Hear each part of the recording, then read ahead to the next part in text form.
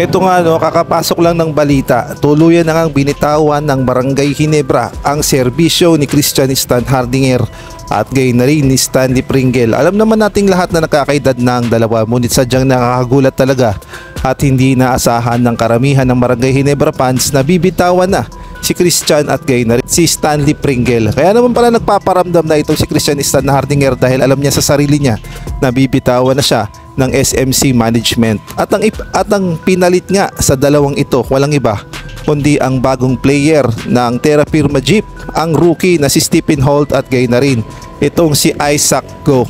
Kung kayo naman ang tatanungin, sa tingin nyo ay naging fair trade ba ang trade sa pagitan ng Terra Firma at Barangay Ginebra? At sa tingin nyo ay tama ba naging moves ng SMC management na bitawan na si Stan at si Stanley Pringle?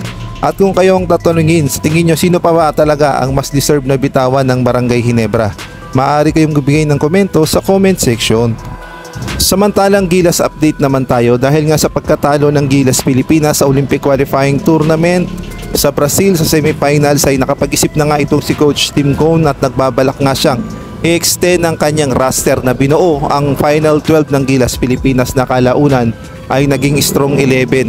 Napagtanto siguro ni Coach Tim Cone na hindi kakayanin talaga ng strong 11 ang lakas ng mga laban, partikular na sa Olympic Qualifying Tournament at lalong-lalo na paparating na ang FIBA Asia Cup 2025, kaya naman magdaragdag na raw ng players itong si Coach Tim Cone. Sa tingin nyo, sino kaya ang deserving na makapasok sa bagong roster ni Coach Tim Cone sa Gilas Pilipinas para nga ito sa FIBA Asia Cup 2025? Maaari kayong magbigay ng komento sa comment section.